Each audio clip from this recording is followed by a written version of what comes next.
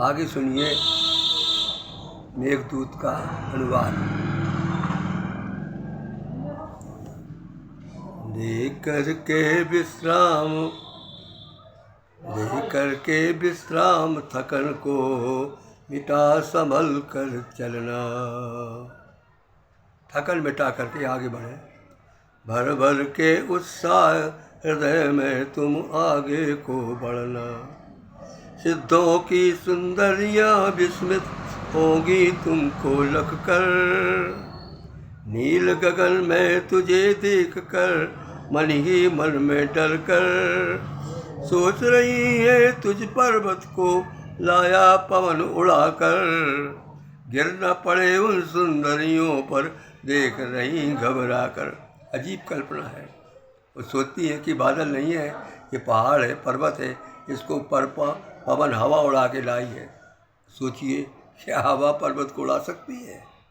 फिर भी नारियों की कल्पना, डर सचमुच हो सकता है। बनना है मेहमान तुझे तू कर प्रणाम दिस बाएं। दर्प दमन कर दिक्पालों का उत्तर दिश के। दर्प दमन कर दिक्पालों के उत्तर दिश के वासी। तम सा तरता ताप सभी का बन जाल का पूरी प्रवासी। अब सबका जो है, जो दिक्पाल होते हैं 10 दिक्पाल, उनका दर्प दमन करते हुए चारों तक घूमते हुए उत्तर दिश में जा कर के और सबके मन का ताप, तन का ताप वो दूर करता जाता है, क्योंकि जो जो बरसता जाता है और त्यों त्यों वो जो है ताप, जो शरीर ताप घट जाता है और इस प्रकार से अलकापुरी का प्रवासी बनने लगा है। इंद्रधनुष रत्नों की आभा लेकर सन्मुख आया। अग्रभाग वाल्मीकि शिखर का चमक रहा मन भाया। तेरी सुंदर श्यामल छवि जो इंद्रधनुष से मिलती। मानो मोर पंख सिरधारे मोहन छवि है खिलती। जब कभी कभी वो बादलों के बीच में इंद्रधनुष आ जाता है, ऐसा प्रतीत होता है जैसे कि भगवान ने मोर पंख का मुकुट धारण कर लिया। जाएगा जब देश मालवा ग्राम बधू कृषकों की। भोली वाली छवि सहित छल दमन रहित नयनों की। वहाँ पर जो सुंदरियाँ हैं बड़ी सुंदर हैं और जिनमें कोई छल छद्म नहीं है, सीधी सादी है। बड़े प्रेम से तुझे निरख कर देंगी आदर तुझको। तेरा रूप रंग रस पी कर अत्यधिक बढ़ेंगी तुझको। भोली वाली चितवन का तू अमृत भर जी पीना। वर्षा कल जल जुती भूमि पर फिर आगे पग देना। उस सुंदरियों का जो सुंदर चेहरा है, सुंदर नेत्र हैं, उनका रस पी करके उनसे खुश होकर के आगे बढ़े और वर्षा करके जुती भूमि है उस पर जो है बरसा दे जल और आगे चले। आम्रकूट पर्वत का कुंजों में पंचर बधुएं खेली।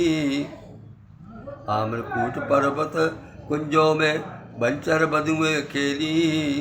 कुछ चढ़ कर विश्राम स्वस्थ हो जिम करना अकेली। वहाँ पर जो आम्रकूट पर्वत है, उस पर्वत के पास में जो आदिवासी कन्याएं वो खेलती हैं, तो उतर जा कर के और उनकी जो है रिमझिम वर्षा करके और उनको खुश कर देना। तपन शांत करना कुंजों की, तन का भार घटेगा। पति आसान बनेगा, मन में प्रीत पुंज प्रगटेगा। नीचे दृष्टि पड़ेगी, मैं कल सुता दृष्टि आएगी। एड़ी मेड़ी ऊंची नीचे बहती दिख जाएगी। जिस प्रकार से आप हवाई जहाज में जा करके और नीचे दृष्टि फैलाते हैं तो उस समय नर्मदा नदी टेढ़ी मेढ़ी रेखा की तरह दिखाई देती है। ये बादलों को दिखाई देती है। वैसा दृश्य देखेगा जैसे कृष्ण वर्ण हाथी हो। भरत देह पर स्वर्ण वर्ण रेखाएं बल खाती हो। ऐसे लगेगा धरती का दृश्य जैसे कि काले रंग का हाथी है, उस पर जो है रेखाएं सोने की इधर उधर बहक रही हैं। बारिश जल बरसा कर देना वहाँ नर्मदा जल को, वारिद जल बरसा कर देना वहाँ नर्मदा मन को, नर्मदा जल से करो आचमन कर पवित्र तन मन को। नर्मदा के पास के जो सब कछार हैं उन कछारों में तू जा करके पानी बरसा देना और नर्मदा नदी को छू करके और उनका आचमन कर लेना, अपने तन मन को पवित्र कर लेना।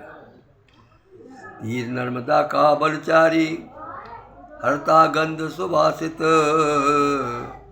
तीर नर्मदा का बलचारी देता गंध सुभाषित, सघन वृक्ष जम्बू के देते छाया घोर आच्छादित, छाया घोर आच्छादित। वो नर्मदा का तट जहाँ पर है वहाँ पर बड़े बड़े जामुन के पेड़ लगे हुए हैं और वो छाए देते हैं सबको, बड़ी गोद वो जो है आदमी सुखी होता है उनसे, उनके नीचे रह कर पी लेना जल तृप्ति मिलेगी, बल होगा मन माना। तुम जा कर के नर्मदा नदी में जा कर के झुक करके वो जल पी लेना। पीते हैं जिस प्रकार से आप जानते हो कि सूरज की ताप से जल जो है ऊपर जाता है, तो वही दृश्य है। पी लेना जल तृप्ति मिलेगी, बल होगा मत माना, मन माना कर न सकेगा दुष्ट पवन फिर तुझसे चल अनजाना। तू इतना मतलब गहरा हो जाएगा, तू इतना बदनी हो जाएगा कि पवन तुझसे उड़ा नहीं सकेगा। शक्ति शौर्य से पूर्ण व्यक्ति का जीवन सुबह खिलेगा, शक्ति शौर्य से पूर्ण व्यक्ति का जीवन सुमन खिलेगा। जो दुर्बल परित्यक्त व्यक्ति है उनको जगत चलेगा। केवल जो है इस संसार में यही है कि जो शक्तिशाली है उससे सब लोग डरते हैं और जो दुर्बल होते हैं उनको चूस लेता है आदमी समाज। शक्ति शौर्य से पूर्ण व्यक्ति का जीवन सुमन खिलेगा, जो दुर्बल परित्यक्त व्यक्ति है उनको जगत चलेगा। मित्र बनेंगे वन मयूर तेरे आजल संवाहक। अब जिस समय पे वहाँ पहुँचता है तो जो मोर है वो बोलने लगता है, तो कहते हैं मोर आपका मित्र बन जाएगा। मित्र बनेंगे वन मयूर तेरे आजल संवाहक, होंगे भी उन्मत्त आनंदित होंगे पंख प्रदर्शित और पंथ प्रदर्शित। इस प्रकार से जब मोर बादल आते हैं तो मोर बोलता है जोर से और पंख फैला के नाचता भी है। ऐसा लगता है कि जैसे वो मोर आपको आगे का रास्ता दिखा रहे हैं। नभ की धरती पर लुढ़केंगे महामुदित मन होकर, सुन लेंगे बातें कलियों की सुमन कदम के जोकर, सुन लेंगे बातें कलियों की सुमन कदम संजोकर। सौंधी बास धरन की सूंघ हुए मत वाले, राय दिखाएंगे प्रमित हो राजहंस नभ वाले। अब पानी बरसने से जब जमीन में सुगंधी आ जाती है सौंधी उसको सूंघ करके हंस जो है फिर मस्त हो जाते हैं और फिर से बादल के पास आकर के और उसके साथ उड़ने लगते हैं और उसको रास्ता दिखाते उत्तर भारत। जहाँ से तुम जाओगे जल बरसाते अपना, तपती भूम झूम जाएगी हरित साटिका पहना। आम्रकूट पर्वत कुछ आगे से दिख जाएगा, गर्मी से जल कर तुझसे शीतलता पाएगा। वो अमरूद पर्वत जो है आम्रकूट, जब ये होता है गर्मी पड़ती है तो वो जल जाता है, परंतु जो है जब वहाँ से बादल निकलता है और वहाँ उसको उस गर्मी को शांत कर देता है। धारण कर लेगा पर्वत पर न्योछावर जाएगा, कर के सत्कार तुम्हारा जन्म सफल पावेगा। अपना जन पहचान दुष्ट जन मन से सेवा करते, फिर तो गिरी है उच्च मनस्वी पलक पांवड़े धरते। दुष्ट लोग होते हैं कभी कभी जो है बड़ा मतलब अपने लोगों का सेवा करते हैं, लेकिन जो पर्वत है वो तो पर मनस्वी होता है, तपस्वी होता है, वो आपको पलक पांवड़े पर रख करके आपका सम्मान करेगा। भरा हुआ आमों से पर्वत आम्रकूट कहलाता, इसीलिए उसका नाम आम्रकूट है। आम्र माने आम, कूट माने पर्वत। भरा हुआ आमों से पर्वत आमकूट कहलाता, शोभित होगा पके फलों से स्वर्ण सरित दिखलाता। अब वो आम इस समय फलते हैं उस वृक्ष के ऊपर, तो वृक्षों पर आम पीला पीला पक जाता है, ऐसा लगता है जैसे स्वर्ण बिखरा पड़ा हो। आम्रकूट पर्वत पर जाकर, आम्रकूट पर जाकर ते तू शोभित होगा ऐसे, धरती के उन्नत उर्वज हो उभरे उभरे जैसे। पर्वत पर चढ़ कर लगा तू बेड़ी सा मन भाया, पर्वत पर चढ़ कर लगता तू बेड़ी सा मन भाया, पीत वर्ण सुंदर सुंदर बीच में काली छाया। अब वो जो पर्वत है जो आमों की बाहर से पीला पीला है बिल्कुल, तो तू जाकर जब पहुंचता है तो ऐसा लगता कि सुंदरी ने अपनी चोटी बिखरा ली है। धरती के उन्नत उर्वज जो उभरे उभरे जैसे, आम्रकूट पर्वत जाकर शोभित होगा ऐसे, धरती के उन्नत उर्वज हो उभरे उभरे जैसे। पर्वत को कल्पना की कवि ने, कालिदास ने, ऐसा है कि वो हमारी धरती माता के पुष्ट उर्वज हैं। पर्वत पर चढ़कर लगता तू बेड़ी सा मन भाया, पीत वर्ण है सुंदर सुंदर बीच में काली छाया, फैला चारों ओर सुशोभित पीत वर्ण उजियारा, मध्य भाग है स्तन जैसा दीप तले अंधियारा। इस प्रकार से उन्होंने पूरा उधर का वर्णन किया है कि चारों तरफ पीले रंग का उजिला छाया हुआ है और बीच में बादल है, तो ऐसा लगता है कि जैसे किसी सुंदरी के बीच में जो टोटी होती है वो काली होती, ऐसा अंधियारा वहाँ पर छाया हुआ है, और जैसे दिया तरह अंधेरा होता है ऐसा वहाँ पर दृश्य उपस्थित होता है। आदर दे सत्कार करेगा मन में आनंद भरकर, आम्रकूट पर पहुँचेगा तू जब यात्रा से तक कर, करना तू विश्राम उदित हो गिर पर जान जल बरसा कर, हर लेना गर्मी कड़ कड़ की श्रम का भार चुका कर।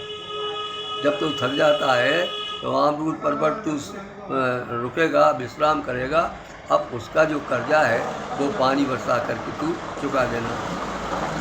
सेवा के बदले जो सज्जन पा जाते पल मेवा, सेवा से मेवा मिलता है, कोई आदमी सेवा करे तो उसको मेवा प्राप्त होते हैं, ये तय है बिल्कुल। सेवा के बदले जो सज्जन पा जाते पल मेवा, पाकर के सत्कार बनोगे तुम सचमुच नव देवा, तुम नव के देवता बन जाओगे। आम्रकूट पर्वत कुंजों में बनचर बधुएं खेली, कुलचर रुक कर ताजे होकर करना रिम चुम्बेली, जलथर तलचर नवचर की आशा खेली, महकेगी तेरी सुखद यात्रा अवनी अंबर को सुख देगी। इस प्रकार से वहाँ पर जाती तू पृथ्वी को और आकाश को दोनों को सुख देगा। बरस बरस के आस लगाए, बरस बरस से आस लगाए, प्यासा त्रस्त पपीहा, बूंद बूंद पीने की आशा लिए जिए अनजिया। उस पपीहे को बड़ी प्रसन्नता हो जाएगी जब तू जाएगा, क्योंकि तू जब बरसेगा तो स्वाति के जल वही वो पीता है, क्योंकि तालाबों कनी नदियों के जल वो नहीं पीता है, उसको वो पी कर के बेचारा बड़ा खुश हो जाएगा।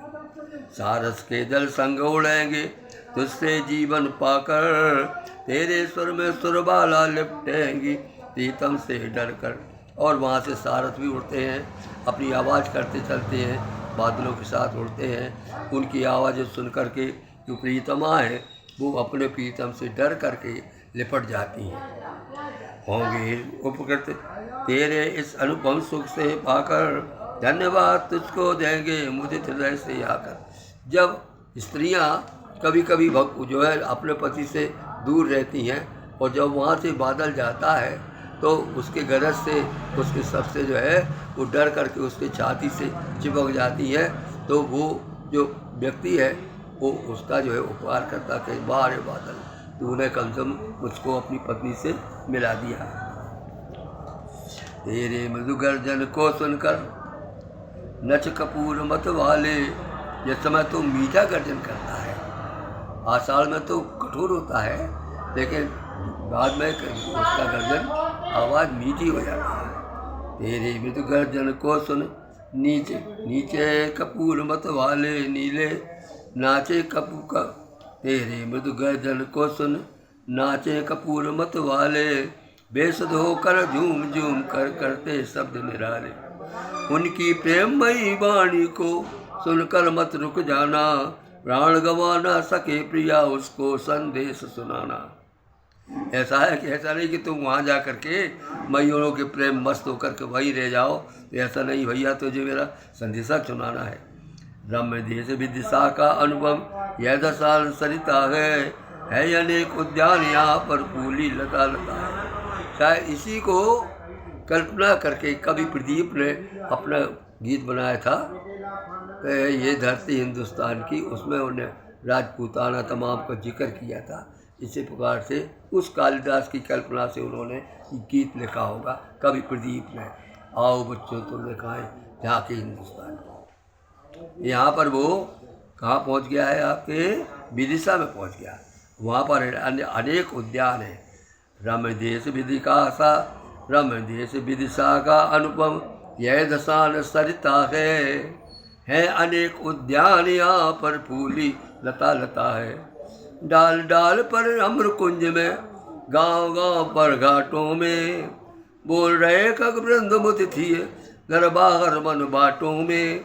जम्बू वृक्ष पर ललित गुच्छ छवि मन को हर लेती है, श्याम वरण छवि स्वच्छ लजा से अनुपम छवि देती है। इस प्रकार से जो तालाब भरे हुए हैं उनमें जा कर के स्वच्छ जलाशयों में जब बादल की छाया पड़ती है तो बड़ी सुंदर लगती है। हमने भी देखा है अपने यहाँ के तालाब में पर्वत की छाया और बादलों की छाया। विदिशा नगरी है रजधानी इस विशाल प्रांतर की, बाहर है रसधार सरक गण भयधार अंतर की। महापुरुष कर निरखेगा तू, वहाँ पहुँच कर निरखेगा तू इस सुंदर नगरी को, रस की धार बहाती सरिता अनुपम वेगवती को।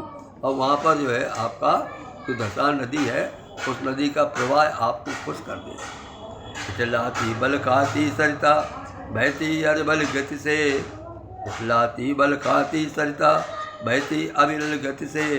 यो प्रेमी बद्दा बढ़ता चुंबन को प्रणय दिवस उन्मति से। कैसा मतलब जो है उन्होंने उपमा की है उत्प्रेक्षा अलंकार कि सरिता इटलाती बलखाती हुई अपनी गति से बहती है, जैसे कि कोई प्रेमी अपनी प्रेमिका का चुंबन लेने के लिए व्याकुल होकर के बढ़ता है।